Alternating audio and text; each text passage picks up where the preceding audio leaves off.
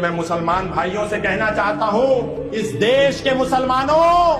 تم سوچتے ہو کہ تم جنت میں جاؤ گے، لیکن تم جنت میں نہیں جاؤ گے، تم جہنم میں جاؤ گے، تم دوزخ کی اگنی میں جلو گے، تم کو جنت نصیب نہیں ہوگی، کیونکہ تم اللہ تعالیٰ کی مانتے نہیں ہو۔ جو اللہ تعالیٰ نے کہا اس کو مانو، جو صلی اللہ علیہ وسلم حضرت پیغمبر محمد نے کہا اس کو مانو۔ محمد صاحب اور اللہ تعالیٰ نے قرآن اور حدیث میں کہا ہے، گائے کا دودھ شفا ہے، گائے کا گھی دوا ہے، اور گائے کا ماس بیماری ہے۔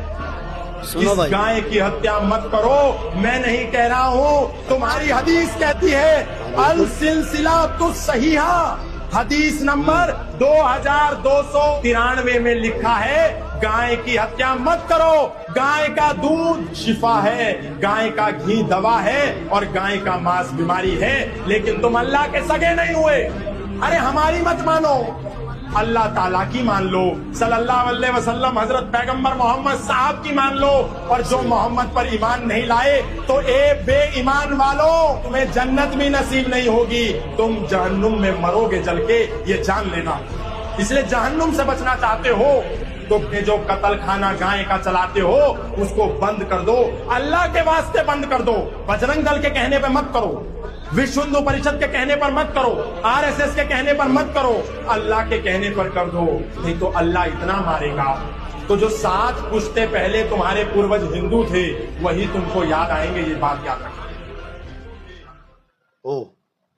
اچھا جی مفتی صاحب، چلیے آپ کی بات ساری بہتر ہے۔ بھائی کی بات سن کر مجھے ایک جو ہے نا اپیل یاد آ گئی ہے کہ جو جتنی بھی سرکار بوچڑ خانے چلا رہی ہے، میری اپیل سرکار سے ہے